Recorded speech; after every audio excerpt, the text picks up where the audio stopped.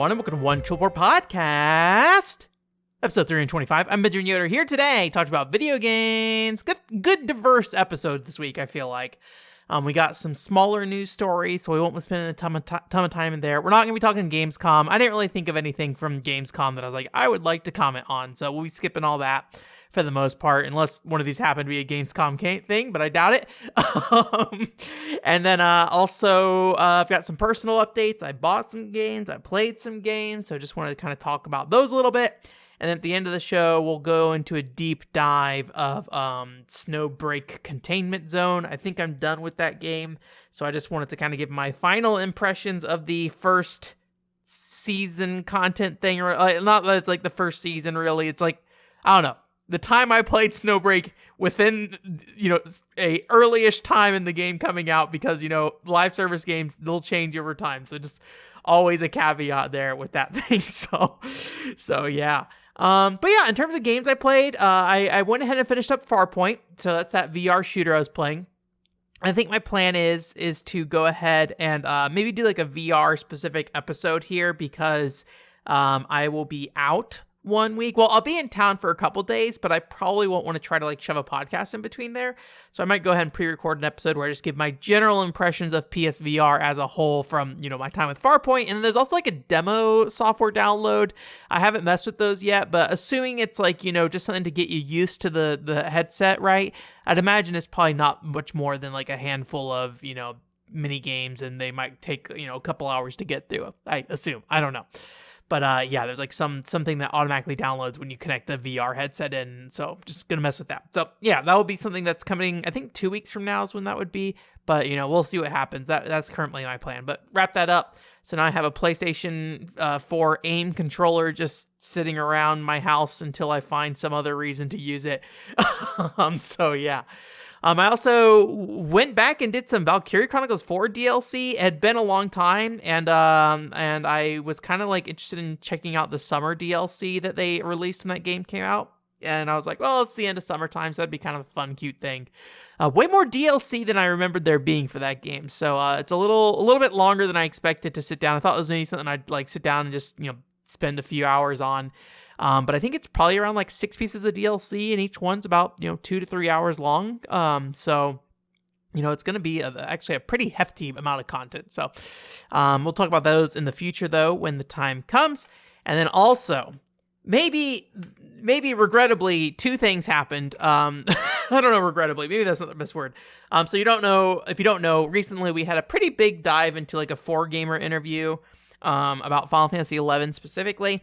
And in that interview, they talked about a bunch of things happening at the game going forward. But one big thing they mentioned was that they were kind of going back into a story hibernation with Final Fantasy XI. And, maybe it's the last time there's ever any story. It sounds like in the short term, at least, there's no plans to do any major story content kind of thing. But they had mentioned that they had wrapped up the latest add-on for Final Fantasy XI, which is, I forget the name. It's like, I don't know. It's some name. I won't remember the name. It's the last one, though, for that wrapped up in May kind of thing. And with a free period, there's like a 2-week free period you can play right now if you haven't played recently or bought or had a subscription recently. I decided to go ahead and spend some time and just try to figure out like how reasonable it is I can get through this content.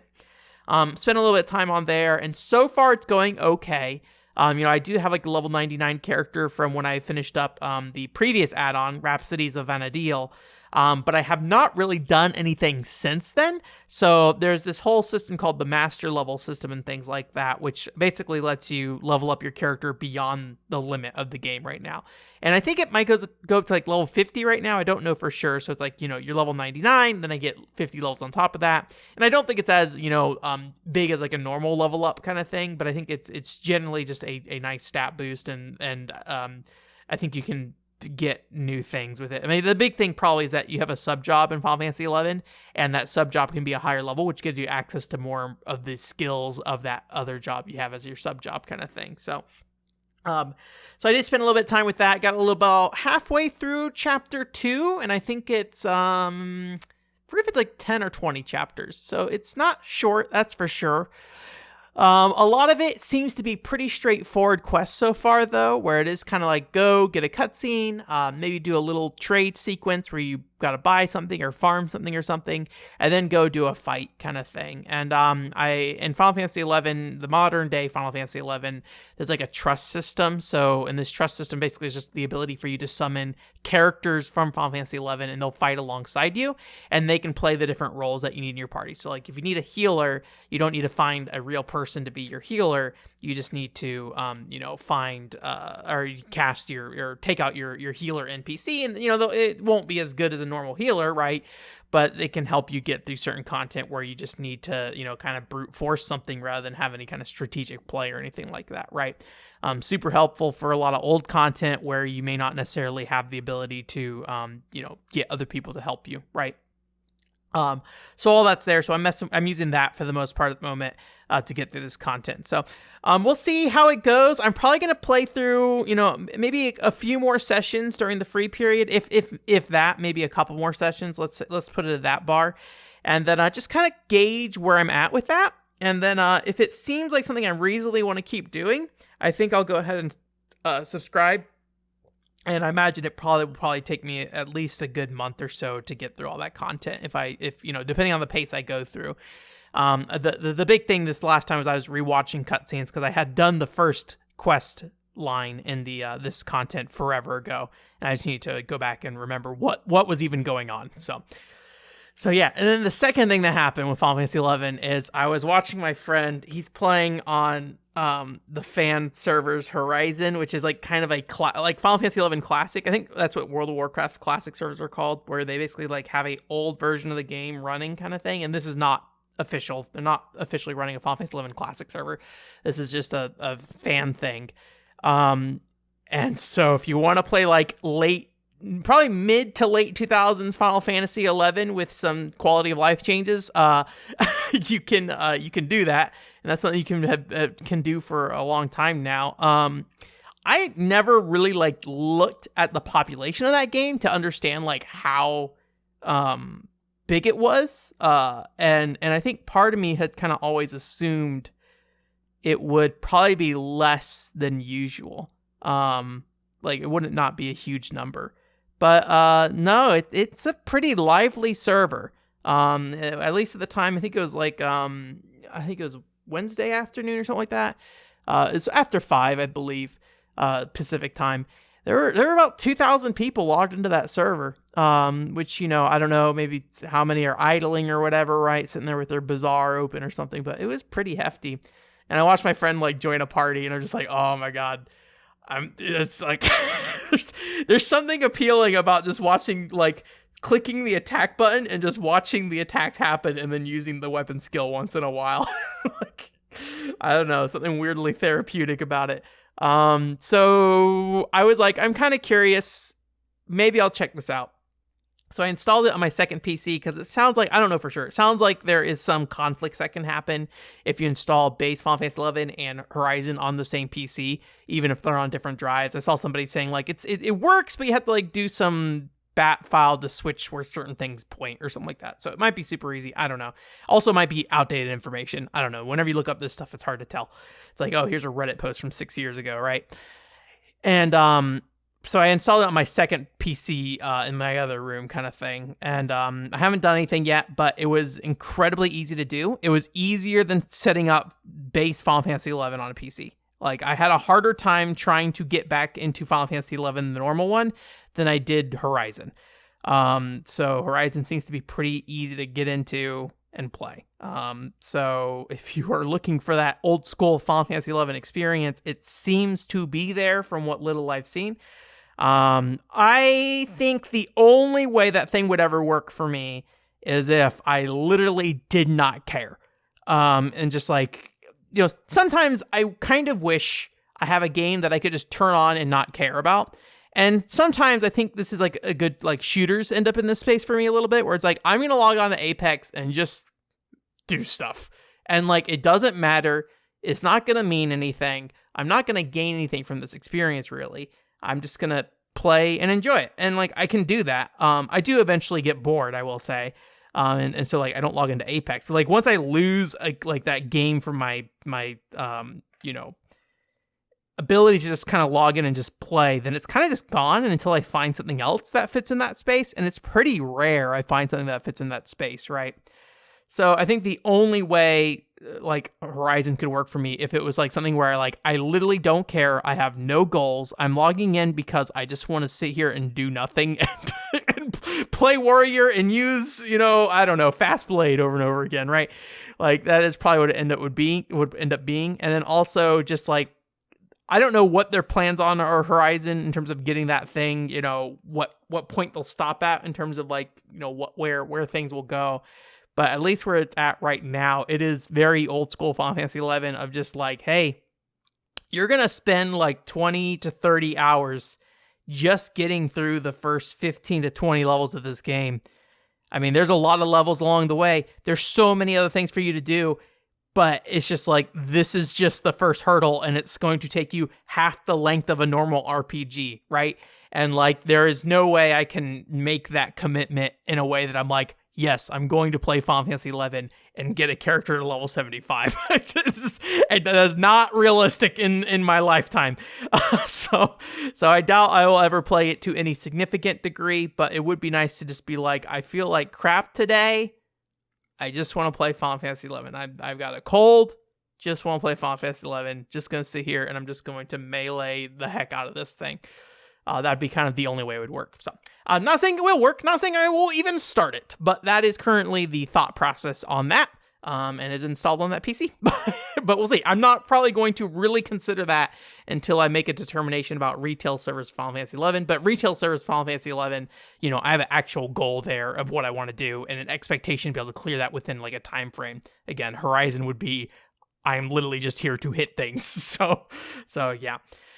So yeah, that's what I've been playing recently. I did go ahead and buy some games. One game I did buy was Dog of Bay. So, I made that Dog of Bay video, but I was not running that off an actual disc. It's a fan translation, right? But I did not own the game either, but I really liked it. It was fairly affordable, at least when I bought it. And I imagine probably still today. I don't think it really blew up or anything like that.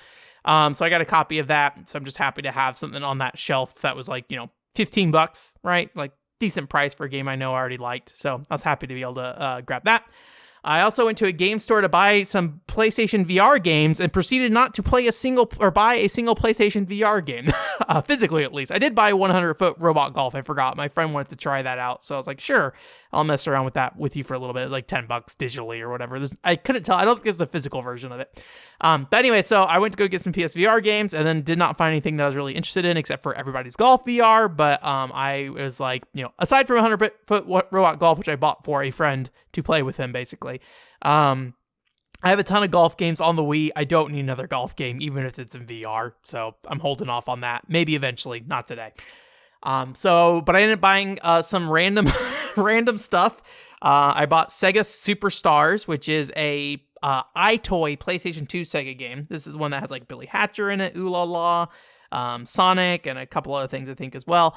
I still have not used my iToy. I bought a cheap Japanese iToy a while ago, and whatever pack-in game that was with it. The local store, I mean, the same store I bought it from actually still had it. So I haven't used it yet. So, it's kind of was, maybe not the smartest choice, but it was like one of the top iToy games I was interested in checking out, but I haven't actually set up iToy stuff yet. And like, I don't really know what I'll do like with setting it up because like even just having my PlayStation VR camera over here is a little bit of a nuisance. But yeah, so I got that. I picked up Chess for Kids, and Chess for Kids I picked up mostly because it was a chess game with a story mode, and I was kind of interested in what that was like. I've been kind of interested in these more basic style games and like how they present themselves, and I think one of the things that like Final Fantasy 13-2 did for me was, take a gambling game and give it a story, right? And I think that was like really interesting. So obviously I don't really expect that level of storytelling out of Chess for Kids, but I was kind of curious like what they were doing in there. So I went ahead and picked that up as well. And then I picked up 2 Wii games, Tales of Symphonia, Dawn of the New World. Just needed to get to it eventually. I've always been slightly interested in it. And like, as somebody who's not a big Tales fan, most Tales games, I don't know. There's very few Tales games that jump out at me. So Tales of Symphonia, Dawn of the New World, just being on the Wii kind of just lands into just being on the Wii, and like I like RPGs, so I'll probably generally enjoy it. Well, I take that back. One of the things that I always heard about Tales of Symphonia Dawn of the New World is heard the main character is actually pretty interesting because he has kind of like a dual personality kind of thing, which I mean, that's not to say it's particularly unique per se, but I had heard that this was like kind of a unique point of this game at the very least, at least within the Tales series. So that's one thing I was always interested in. I don't think it used motion controls. I don't know for sure. But if it does, that'll be cool to see how they implement that, right? The last game I got is a game called Gormiti. I don't have the subtitle here, but it's like Heroes of Nature or something like that. This is a Konami game, and it looks like a off-brand like kids TV show that was like on WB or something like that. I had just literally never heard about it. It looks like an action adventure game, and Konami published it. And like, it's one of those things that like if this wasn't Konami, I don't know if I would have bought this, but Konami cared enough to put that out. So I was like, okay, man. I mean, I'm going to guess nobody at Konami made this video game. I'm guessing it's just the license thing they did.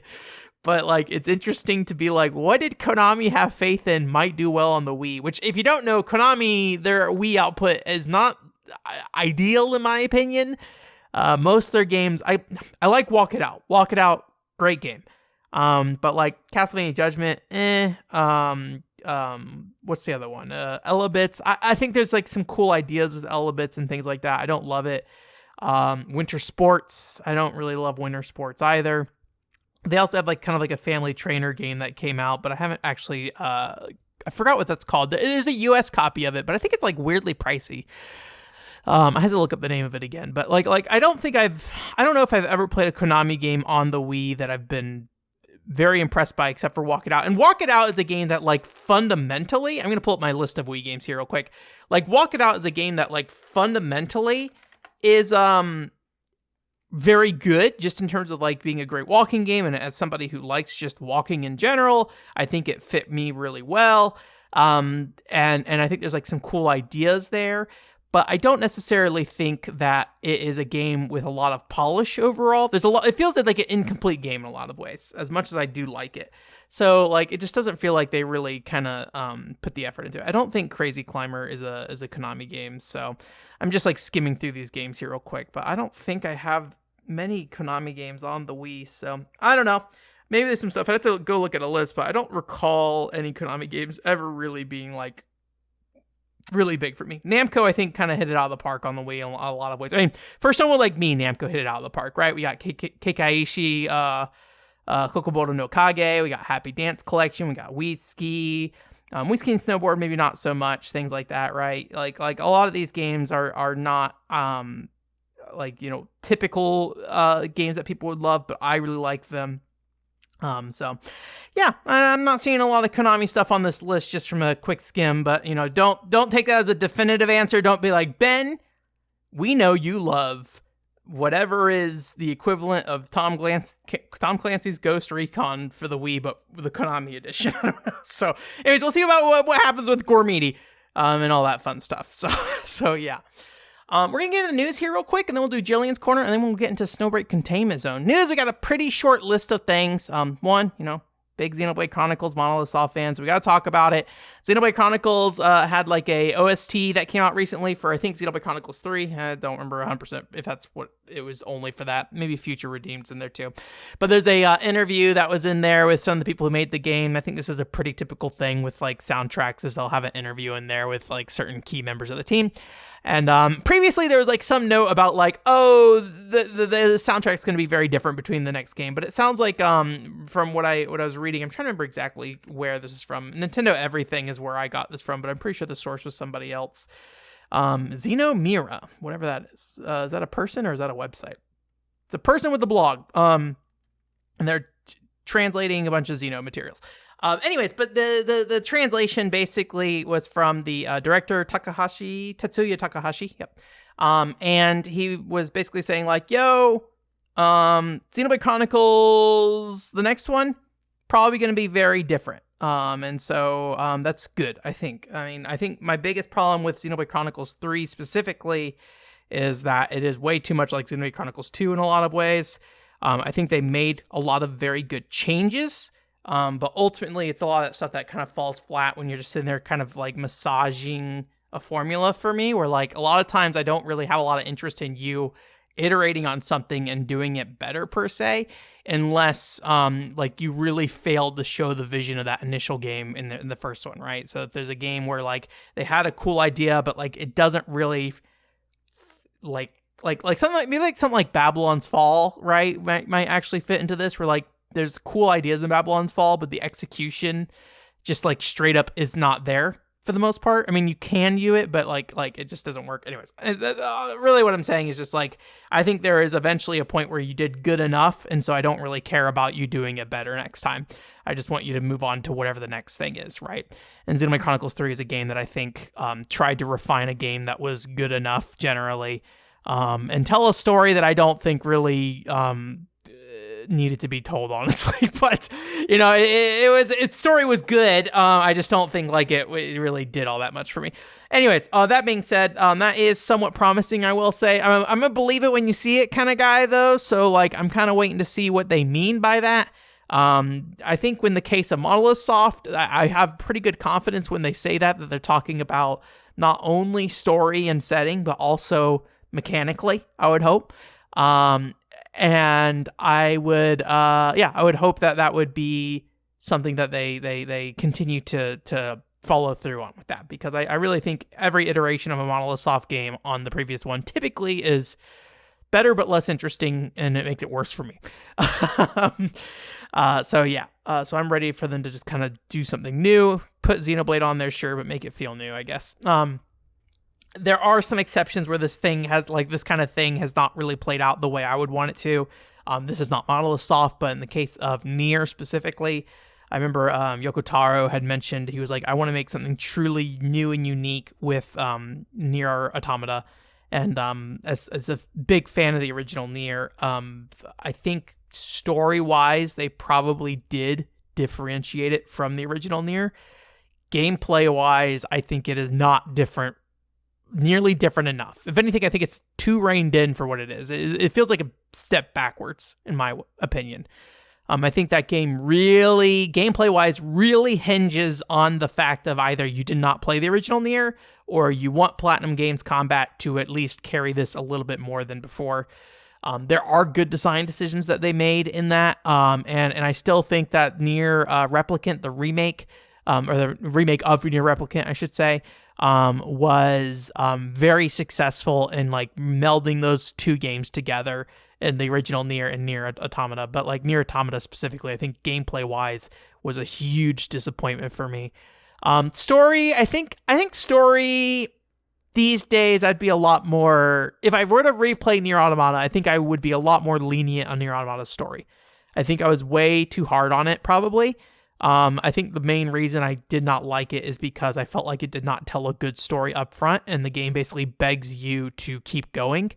When I think in my opinion, they probably should have made a satisfying story from the beginning, rather than like trying to lead you along to the end, and then it's like, no, it gets good after ending C. No, get to ending C, it gets good there, right? I don't like that.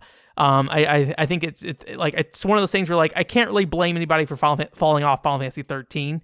And like that early part of that game, but at the end of the day, like I think that is still a good game overall, and I do think Nier Automata story-wise does eventually get to a place that I'm happy with, but so much of that game is in a place I'm unhappy with that I kind of I think overly blame in a lot of ways. So anyways, that's my feeling on that whole thing of just like, I'll believe it when I see it. The big thing with any Monolith Soft game, I don't want to understand your UI. I want you to show me a game, and I'm just going to be like, I don't know what any of this stuff is. Why is that character depressed on screen? Who can say, oh, when they're in combat, when they're sad, they don't do damage? Something like that. Which, I mean, it's just a morale system, but like there's a lot of like dumb stuff like that where I'm just like, yeah, I just want to like not be able to tell what your video game's doing in like just watching the trailer normally. If you're gonna sit there and pick everything apart, sure, you know, like to be like, oh, like all the UI does this or that, or we assume that. But I just want you to show me your video game and it'd be a completely different combat system. I would be okay with them going back with like a turn-based thing, honestly. I don't think an action RPG is really necessary anymore. you know, I think like Honkai Star Rail, is that what it's called? Honkai Star Rail Impact or something like that. And like how that game's been, as far as I can tell, pretty successful despite being turn-based. So I think there is room for us to have, you know, more some of these mainstream RPGs be turn-based still or again, or at least, you know, go back to a style like that. I think that'd be my preference at this point when it comes to Xenoblade, is to just like get back there at the very least, just to try to find some new way that combat is implemented. Because I just don't want to look at another like game in that style anymore. I'm good. I'm done. I don't need that anymore. I never want to see that again. Future Redeemed fixed a lot of stuff that Xenoblade Chronicles 3 did. I understand. I never want to see a video game like that again. So yeah. Mobile game. Speaking of mobile game, did I say something about mobile games? I don't remember. I felt like I just said something about a mobile game in there, but maybe I'm just thinking about Xenoblade Chronicles 2 having like gacha pulls. I don't know. I was skimming around and saw a game called Blackjack Gear. This is a mobile game that is a blackjack game. But it actually caught my interest because it has like this very like steampunky vibe, and I'd say very like kind of Dojin-esque art style, like kind of low budget character drawings and things like that. But it seems like maybe each character has like their own special skills and abilities, and you can like do offense and defense skills. So you can basically, you know, do things that affect the other player's cards or do things that protect your cards and things like that. And I thought that was like a really cool thing to see them doing like some kind of like weird RPG blackjack game. I am kind of interested. It's Japan only right now, I think, at the moment, and it's iOS and Google. I don't know if it's out yet, honestly. I'm going to open it up here real quick, try to remember. But it just like really caught my attention. I thought it was really cool looking. I am slightly interested in it, but most of the time, if you're a game on my phone, that significantly drops the likelihood of me playing you. It is not out yet, as far as I can tell. So it's on iOS and Google Play. Actually, no, it looks like it is out. It's got a 3 stars out of 5. Things are going great. I haven't looked into it. Like, I know Windows 11, you're supposed to be able to like do like apps on it, like run Android apps on there, and I've never like seen how restrictive that is or how open that is. I have never heard anyone playing games that way, so I'm going to take a strong guess it probably doesn't make sense to play games that way, but I would be like super interested in seeing like playing more mobile games, I think, if they're on PC, honestly. I mean, that's a big reason why I played Snowbreak Containment Zone. It was on PC.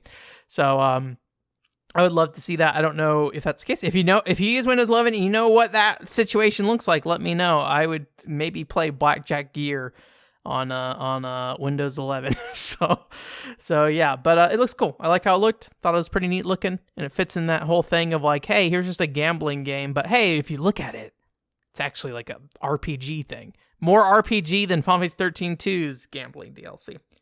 I forgot I have that 13-2 Snow DLC I gotta play still.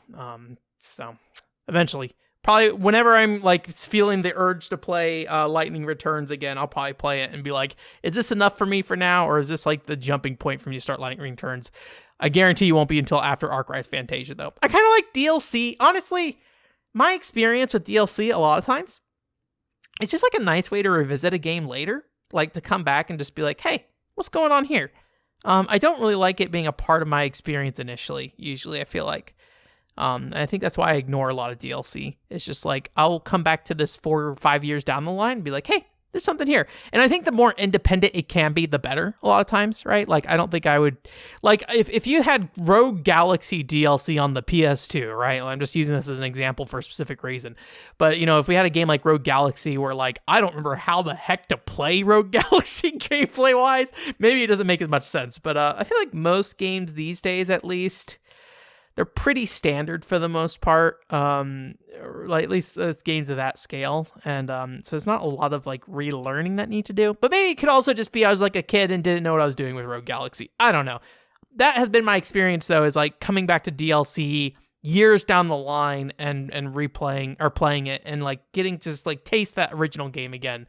I think it's like a fun way to revisit those games while getting new content, right? And I think it's like, I think that's part of why, like, it is probably like a fine balance a lot of times for me where like, I don't want the DLC to be too story like heavy in terms of like, you know, needing to remember what happened in the main game. But it's also nice when you can kind of like have this vague remembering of like, oh yeah, that is a character in there. And this is like a story about that character kind of thing. So I'm losing track of what I was trying to say or why I'm even here. Talk about 13.2 gambling DLC. That's why. And the last news story this week is an update on Illusion. If you don't know, these are the 18 plus game developers that recently shut down. But then within from the ashes, they had a company called Ill Games come out, and they announced a new game that basically looks like it's running on the same engine as their previous game. This is Illusion is like a long time game company, and so like they've been around since the 90s and stuff. There's a couple other games that I'm kind of interested in going back and checking out, but I haven't really like looked into the feasibility of that.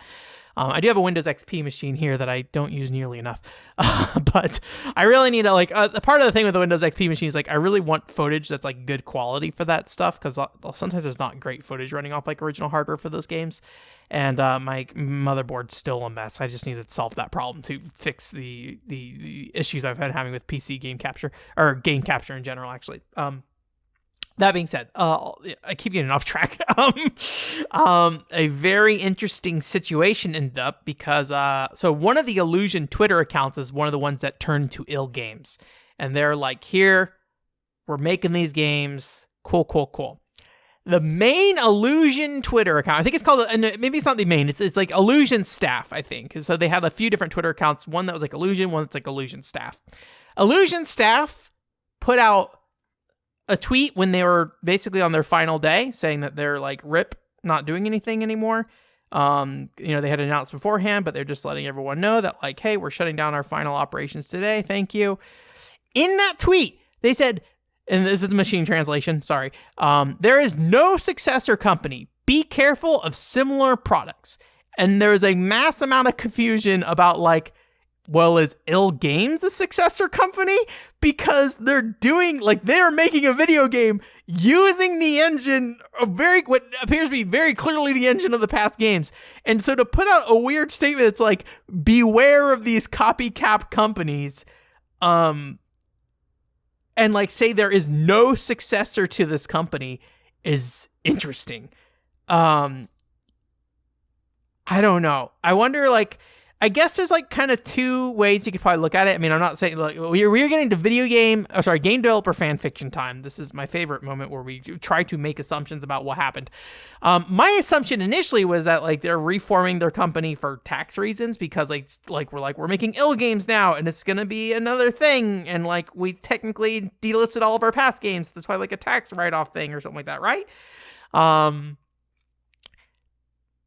And that's still, I think, likely, and that might be like to help shore up their case of just like, hey, we technically are a different company, right? Is like, hey, we put out a tweet saying there are no official like follow-up companies. I don't know if there's like a public listing of who worked at that company or whatever, or if somebody bought up some assets and is trying to run off the, Illusion game shutdown or whatever, and so or if there's like some weird drama that divided the company and it, like split up assets and things like that, right? So this is fascinating. I don't think we will hear about this anytime again, but I know we've been like talking about the ongoing saga of Illusion, but I think this is probably the last time we're really gonna hear about it. I just don't expect that we'll get any real drama or beef anytime in the near future.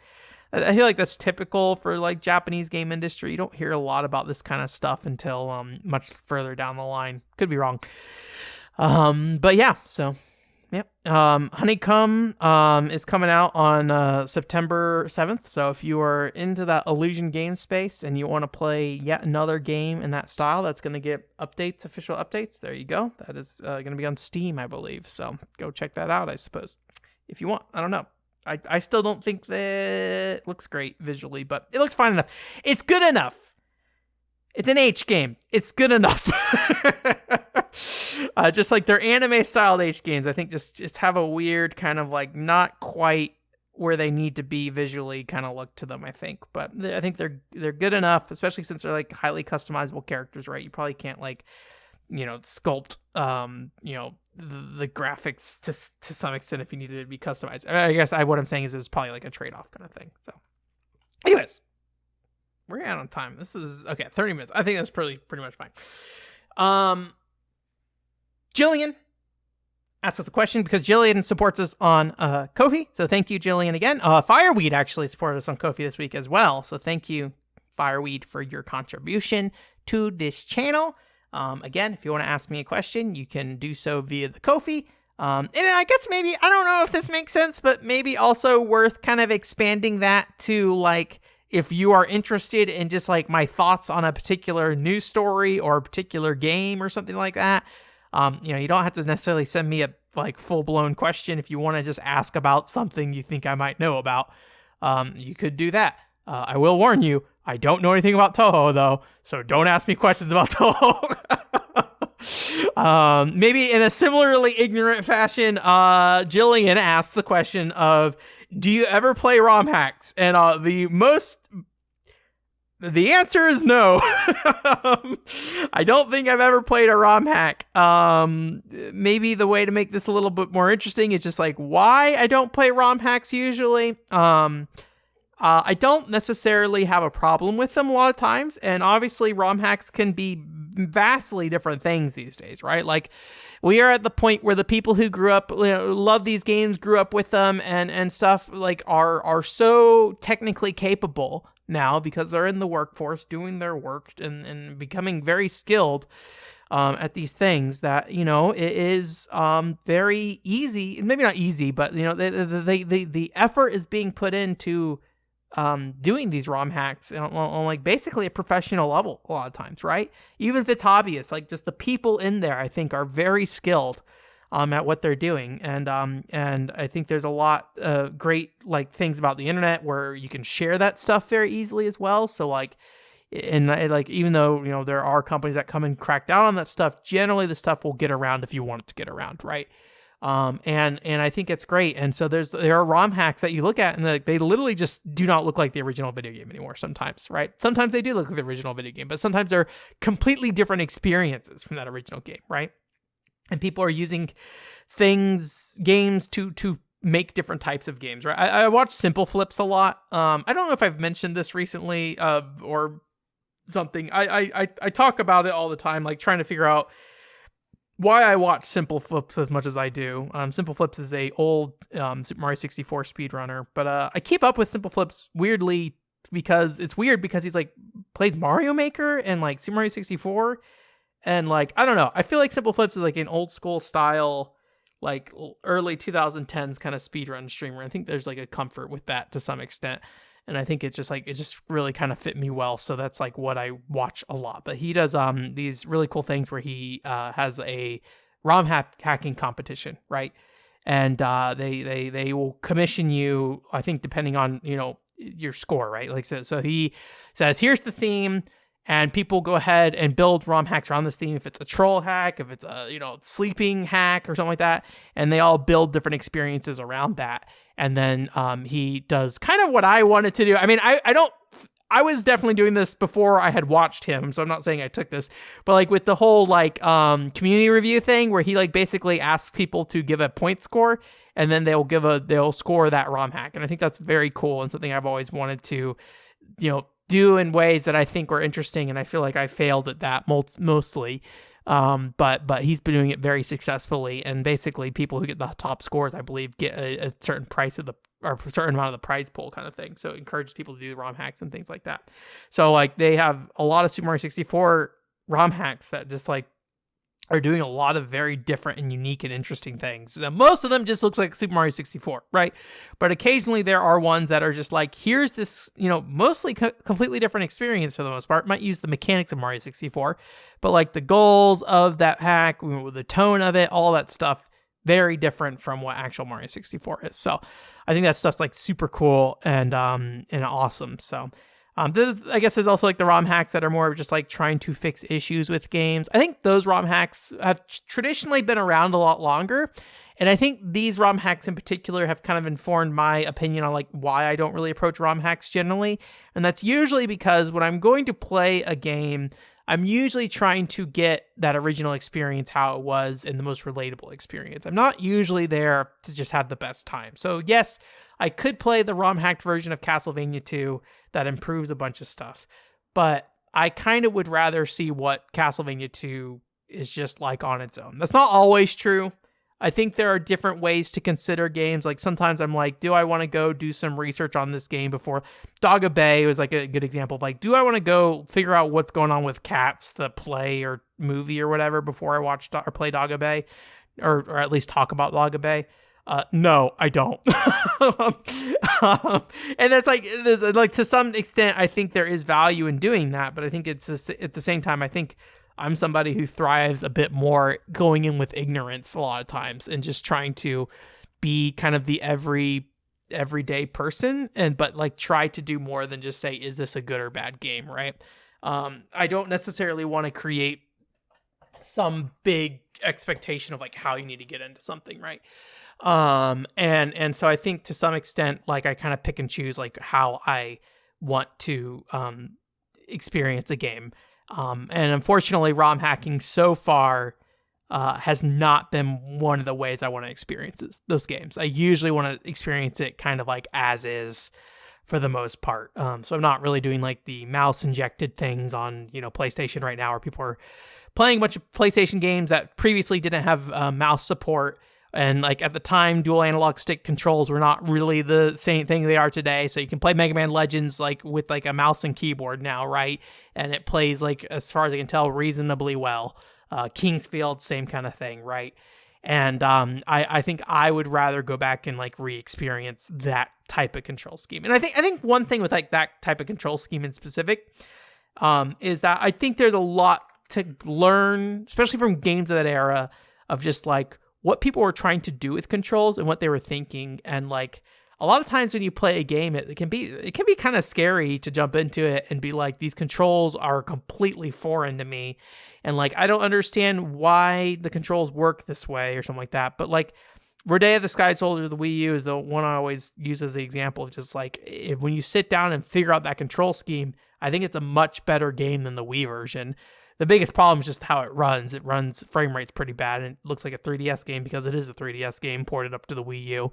But it's a game that I think ultimately is better on Wii U in a lot of ways, but it just has a huge barrier to entry because of its controls. But I think that's also part of what makes Rodea the Sky Soldier on the Wii U work, is because the controls are very deliberate, where the controls in the Wii version are very like, it's basically like clicking around really fast on the screen to like bounce around, and it's very hectic and chaotic and fast paced. So it makes, essentially two different games in a lot of ways, right? So anyways, but yeah, it's just not something I've really done yet as far as I can remember. I mean, I guess that Final Fantasy 11 server technically is like a hack. They've done some changes to it to make it more quality of life stuff. I have not played it that way, but I think that's cool they've done that. And I think it's like super awesome that people are keeping these games alive, right? I think it's like every way people play these games are valid ways to play them, right? And, whatever experience you're going to have, I think it's always good to keep in mind, what issues that might come up because of, how you're modifying that game, right? If you're playing a game like Kingsfield with mouse and keyboard, and then you talk to somebody who has problems with the controls or difficulty of the game or moving in that game, it's an experience to remember that you had mouse and keyboard control. Don't tell them, no, you're wrong, it plays just fine. That kind of thing. I think that's always important. So anyways, that's it for that. Thank you, Jillian, again, for your support. And again, thank you, Fireweed, for your support as well. If you want to go support me on Ko-fi, you can do that. I forget if I mentioned this before. I did go ahead and start like saying people's names at the end of videos for the main channel. At least for the Dog Bay one I did. Basically just took everyone I had previously donated, since I basically relaunched the Ko-fi, and mentioned them in that Ko-fi for that. So plan to keep doing that. And then basically if you donated between the two videos, I'll give you a little shout out at the end. I don't know if visually there's going to be a representation of that right now. The Dog Bay one I had to just kind of rush, so I just said it at the end. But we'll see. The next video is actually almost done. I made some good progress on it, but there may be a bit until I actually put it out. There's some things I want to try to get lined. There's some changes I might want to make as well, just to make sure I'm communicating things properly. But it's always hard to switch out things you're going to say after the fact. So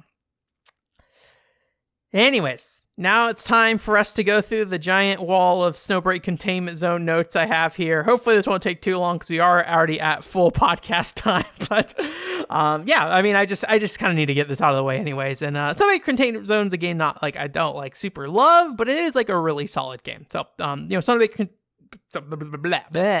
Snowbreak Containment Zone is a mobile third-person shooter, although it is also on PC, which is why I ended up playing it. And I'm playing this like pretty soon after launch, so it's very early on. There's not a ton of content. There's definitely content there, and you definitely keep busy playing the game. But it's not a game that at this point when I'm talking about it, it has a ton of live service, or like the live service element hasn't really come into play where they're just like adding content on top of content kind of thing. But it kind of caught my attention because as a third-person shooter, it is pretty fully fledged despite being on mobile. It looked like a game that more or less played like a full shooter. That's part of the reason why I didn't ever play like Nikkei, is because it looked like it was very limited, kind of like an on-rails kind of like cover shooter kind of thing, where this, you can move around and things like that. You can dodge attacks, you can get into cover, all that stuff. It looks like it plays like a third-person shooter. And it takes on elements that, I haven't played a game like this. I've been told it takes on elements of games like Genshin Impact, and how exactly that comes about is through things like character swapping kind of thing. So mid-combat, you can swap between characters, and each of those characters have like different abilities and things like that. So it's a very futuristic looking shooter kind of thing. It takes place in this kind of like lockdown city, and there's different factions that are within that city that you just play that one group, which is like the military faction, and there's like a storyline you go along with that. And there's other groups in there as well. That's like a gang kind of group, and there's also like a religious group kind of thing. So everyone's kind of like trying to scrape by in this world. It feels like generally, with the military group maybe being the one that's like the most well off. You are in like this really nice facility. Like everybody looks like they're in like pajama clothes when they're walking around town and things like that. Except for you, the guy, you're fully dressed, but the girls, they're in little like t-shirts and things like that, and that's basically about it. But it's a game that feels less like a competitive shooter, really. It feels more about like, managing waves of enemies, managing the space between you and them, and then basically evading their attacks, which come in a variety of, fashions, whether that be, melee guys who run in and try to hit you, enemies like shooting, straight up just bullets, and then also like missiles that get lobbed at you, different skills and things like that. There's some boss fights in this game as well that play more like, traditional kind of video game. There's a lot of variety in the enemy types that you're fighting against. So it feels pretty fresh, but I think generally you want to keep moving in this game and just kind of like dodge and weave through enemies. There is a cover system, but I just don't really find it very useful, except for like in very specific fights and things like that. So shooting and aiming is important, doing headshots or at least shooting them in their weakness if it's like a robot that doesn't have a head, all that stuff. But maybe the bigger aspect here is basically how you manage the different abilities each character has. Each character has 3 major abilities that if you ever played like a competitive hero-based shooter would be very familiar. You have your ultimate skill, your standard skill, and then in this case also an assist skill because you have 3 characters out on the field at once essentially. But you only play one at a time. So you swap between them and kind of like a switch out tag team fashion kind of thing. So the assist skill is always the skill that is used when your character's like in your backpack essentially, right? And so these skills are usually a mix of like damage dealing moves, support skills, healing shields, turrets that you can set down, everything you could probably expect for this kind of thing. Playing all the different traditional roles of this, of DPS, healers, all that stuff, right? Like any modern kind of like RPG based kind of game with like stat building and things like that. And you can use various things in the game to like upgrade your gear and things like that. And one of those things is the ability to upgrade your actual abilities themselves. So each character has like 2 ways you can enhance each ability. And those abilities are like the way you enhance those abilities basically just makes them more effective to use. Although I feel like the ultimates in particular often feel like they're really slow because it's this long animation. So I often feel like those are some of the least useful abilities most of the time.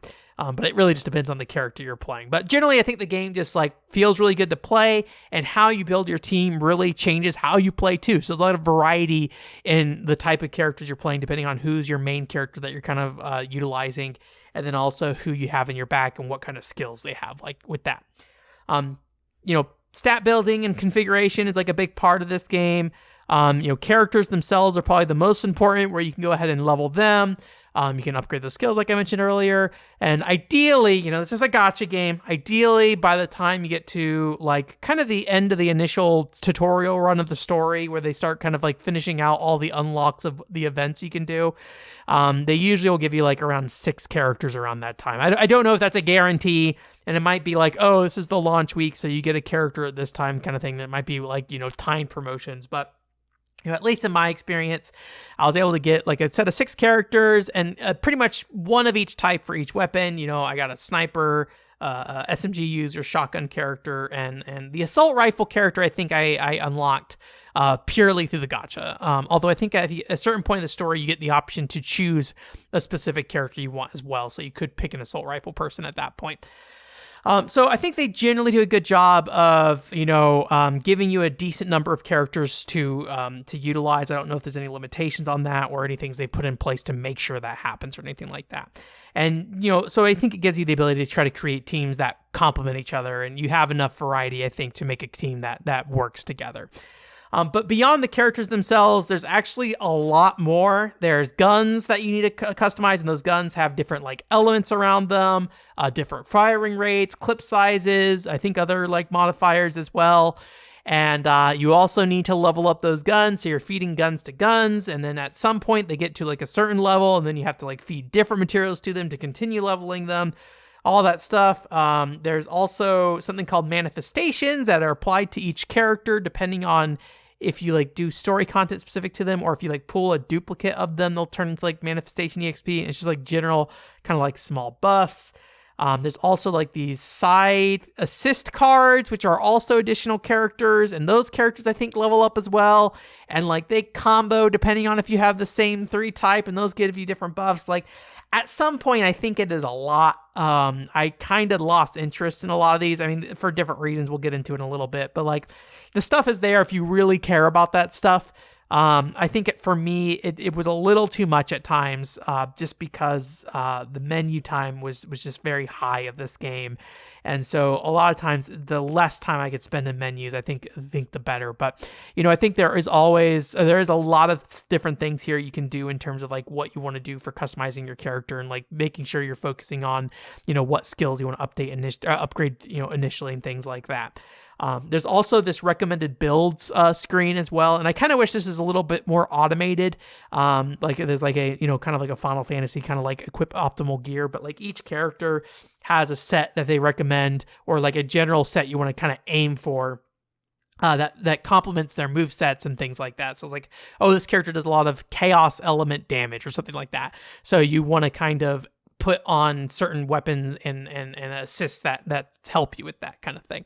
But right now, at least as far as I could tell, it was just like a screen, and like I think the best thing you can do is just screenshot that screen and then go mess with your characters after that, because there's not like a easy way for them to kind of automatically equip that stuff. But I kind of wish there was like something like that. But I think the real issue, but like around me wanting to spend time in the menus for this game, actually has less to do with like how much customization there is. And more to do just with the type of game it is. It is a mobile game with live service elements, and I think as a shooting game in particular, one that's more action oriented and things like that, I felt like I spent a lot of time stuck in menus. Random achievements you get, daily logins, daily activities you do, all this stuff. You get rewarded it. There's different paths you can go on. There's like, oh, here's this thing that you can, get EXP for that will unlock new things.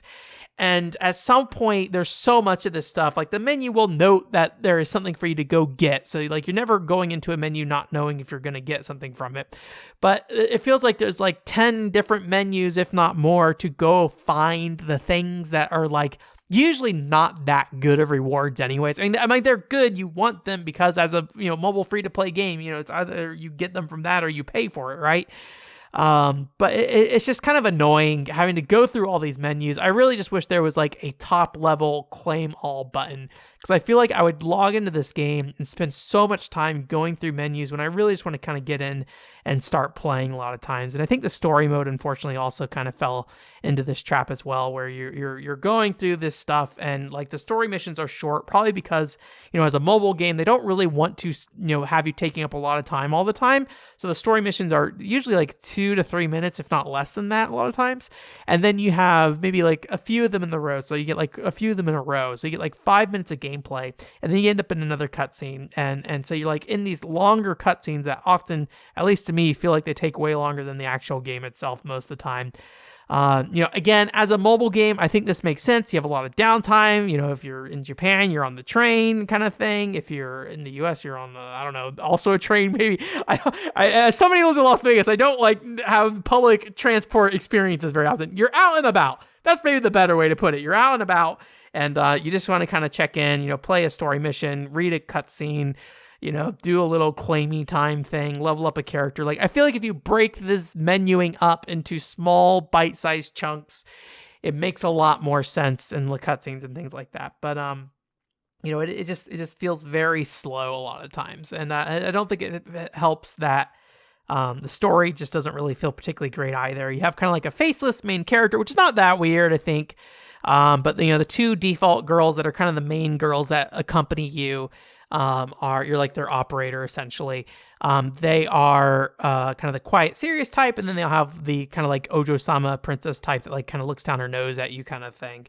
And then from there, who you get just depends on what events going on that you unlock characters with, or through gotcha pools, right? So I got like the gamer girl or whatever, and she's just like, I love video games and I love using old school game controllers, even though we have VR and things like that now. You have like a shy girl that has like a evil side to her kind of thing. And then there's also like a lazy girl who like, gets her job done well, but she's also like someone who just like when she's sniping, she's just like laying down in a chair kind of thing, waiting until she needs to snipe kind of thing. So I think it depends on the tropes you like and that kind of thing. I liked Nita a lot, which is just kind of maybe the spunky, like tomboy kind of character who and in certain situations maybe gets overly aggressive and beats people up. I liked her. I didn't pull her though. So like I did not really have that character. And I could only really see her in like specific story content. So I didn't really get the feeling that like she was a character I was playing with in this game, right? It like I liked her, but I just never really saw her most of the time. So, I think unless you really end up liking those particular tropes, I did not really feel like any of the characters in here that I saw at least had any particularly unique gimmicks to them. I will say I did not go through all their story content. So, as a live service game, all the story content's going to be locked behind future updates and things like that. But there are some things you get, like with the gamer girl, I went through her story, and it's basically just about like basically trying to make a game controller in the modern day when game controllers aren't things that exist anymore. So, there's like some cute little storylines with that. You get these little things where you go and like they live in like a big like communal living place kind of thing, and so you can kind of talk to them there and get some story from them.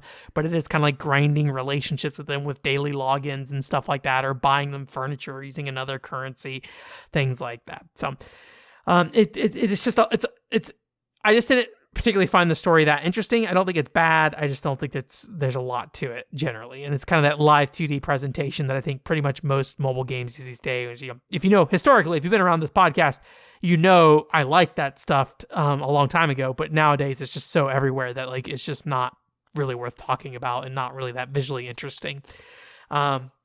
But I do think the game gets a little bit better when you start playing non-story content. So there are like these underground dungeons with like longer play sessions that I really enjoy. There are hard versions of the story. So while they are still the story missions, there's no like cutscenes or anything like that. And the enemies take way longer to take down. So I think, those are the missions that really start to challenge your ability to utilize your team effectively and things like that, whether it be for time purposes or survival purposes. There's a multiplayer mode, and like I'm always all for like multiplayer third-person shooter stuff. I like having multiplayer in my shooting games and things like that, but it was pretty severely limited today at the very least. There's like this weekly event where you go through like some dungeon kind of thing, but I think it's the same dungeon same 6 dungeons, and they kind of cycle between them kind of thing. So I didn't like love it, but I think it was fine. There's like this interesting element where you can like it is like a roguelite element, I guess maybe is the way you put it, where you get different buffs and abilities after each encounter. So, even if you don't have the best built character, sometimes you can get situations where you feel like you're really strong because you just happen to get a really nice set of skills back to back to back. So you can feel OP even if you're not you have not, equipped your character out in a way that they should be that as effective as they are. In the multiplayer, you only play one character though. So the pace of gameplay definitely feels like it slows down because you can't switch between characters to use their different abilities anymore. You are stuck with your one character. So I think it probably makes sense to kind of build out a solo character if you really want to be serious about the multiplayer stuff. But at least at this point, there's just not enough multiplayer content, I think, to really think about it that way. It's just something you play 5 or 6 ones to fill up your, meter or whatever, get your rewards, and then kind of move on. So I think more multiplayer content would be something that I would have liked initially here, but obviously live service game, time's going to go on. There'll be different multiplayer they release later. I think there's a PvP thing they said they're going to try to do as well. But I think if you want to play with some friends, it's a cool way to do that, but there's just not a lot to do outside of just if you want to do a weekly meetup and play for a couple hours a week or something like that. Well, meetup online, right? Not physically, or not a PSP game, right? So, and I can't speak too much to the live service elements of the game. I think the events they showed so far seemed fairly substantial. There's a summer event kind of thing that I messed around with for a little bit. It was a completely new environment. It felt like the levels were a little bit more interesting than the main story, which I really appreciated. And there's a new kind of wave defense mode so it seems so far, at least, it's being decently supported. But I really found myself losing enthusiasm on the back half of playing this game. It's about 10 chapters as far as I can tell in the story as the time I'm playing this. And my original intention was to get through all 10 chapters of the game. But once you start getting to the last few chapters, the requirements, which is your account level, is actually pretty big gaps. So it seems like they're really trying to make sure you don't finish those 10 chapters in a reasonable time frame, so you keep engaging with the game long term. I say that, but maybe the way I'm thinking about it is from a live service game aspect. So I kind of don't trust them that what they are asking of me is something they're asking of me for gameplay purposes. They're asking this of me for business purposes in a lot of ways. So I kind of lost interest once I started hitting the point where I was looking at the content that was available for me to do in the game, and what I would need to do to get to the point where I would be able to finish chapter 10. And, I think I definitely could do that. And I don't think it would be a unenjoyable experience, but I kind of just asked, what would I get out of this? And I think my answer was probably not that much. I kind of stopped playing as soon as the game had any significant pushback on me, which I kind of don't like that I did that, because I think there's a lot of things I could have done to improve my characters, improve my loadout and stuff like that. And I had tons of leftover currency at that time to at least, go and level up my characters and things like that. Or level up weapons and things like that. And focus on, grinding out abilities and stuff like that, and making sure all my characters were tip top condition. But when I just looked at what it would take for me to get to the next story chapter, I was but I don't think I actually care. So I ended up dropping off after that. And as a live service game, it will never end. I don't think the story was particularly great either. So I just kind of dropped out and did not really mind. But yeah, I just think that's kind of the reality of these kind of games. I definitely felt a little hesitant, especially early on, using materials, because I'm just what if I fail, with the decisions I make, and then the game's going to try to ask me for money later on, kind of thing. Personally, I would not spend probably any more than maybe a 10, $15 on a game like Snowbreak Containment Zone. Maybe 20, I don't know. But I didn't find it to be the most interesting experience I had. But I think it's a solid game. I think that's the big thing. And if you're a fan of a game like Genshin Impact, where it is this kind of character swapping, character pulling gacha game, and if that kind of mobile game environment fits your life, and your lifestyle and your play sessions, I think it is a solid game for that. If you're looking for something that's not just a turn-based RPG or a open world action game, this is a third-person shooter experience for that type of game. And I think it plays very well. I think it's really solid overall. It's just for me personally, once I start to hit more of the live service elements on the back half, I was I'm good. I think I'm all right. So really solid game. I'd recommend it to most people who are kind of within that space. And, as a free-to-play game, there's not really a lot of reason not to try it if you're interested. So, yep. Anyways, that's it for this week. Thanks for coming. OneXplore.com is the website. Like I said, I've got a video that is along the way, but I don't know what's coming out yet. I haven't many plans, so look forward to that, I guess, whenever that happens. I'll be having a little bit of a busy couple of weeks here where I'll be out of town, so I'll be recording the podcast early next week. So we'll see where we're at news-wise and what I want to talk about there. I may, if I can finish up the Valkyrie Chronicles DLC, I might talk about that. And then, like I said, I might do like a VR episode for the week I'm out for Farpoint. So I'll try to go and get that stuff done as well. But yeah, I think that's pretty much it. Unfortunately, nothing at Gamescom really jumped out at me. So I don't really have much to say. There's the PlayStation Portal thing, but I think everyone has kind of the same thoughts on that. I don't think I have anything unique to say about that, so I'm going to leave that out. If you don't know, it's the PlayStation, basically a game controller for the PS5 that has Wi-Fi and a screen, so you can do remote play to it. Pretty pricey at like $200 though. So, but I, if it's anything like Sony's other hardware, as long as it isn't successful, or as successful as Sony thinks it's going to be, which I'm going to guess probably they don't think it's going to be that big. If they overproduce hardware, really is what I'm trying to say. You might be able to get it for close to like $100, and I don't know for sure, but if it like doubles as a controller, like $100 I think is like a pretty good upsell, right? Just throwing on a screen on a DualShock controller. But $200 may be a bit much out of the range. But I don't really have much interest in that product in general. So, anyways, but that's going to be it. OneXplore.com is the website, so check that out. The Doggo Bay video is still up and out if you want to check that out. I also have I guess I didn't talk about this. I have an article that's coming up here soon, I think. I haven't heard back in a little bit, but that will be coming up here as well. So that is a article you have to pay for in a magazine. So so if you want to read that, you'll have to give them money. But they gave me money. So it's like you're giving me money to read it. But yeah, so that will be going up, and I'll let you guys know when that happens on, the Twitter and things like that, or my Twitter and things like that. So anyways, that's it. Thanks to you so much for coming, and I hope you have a great week.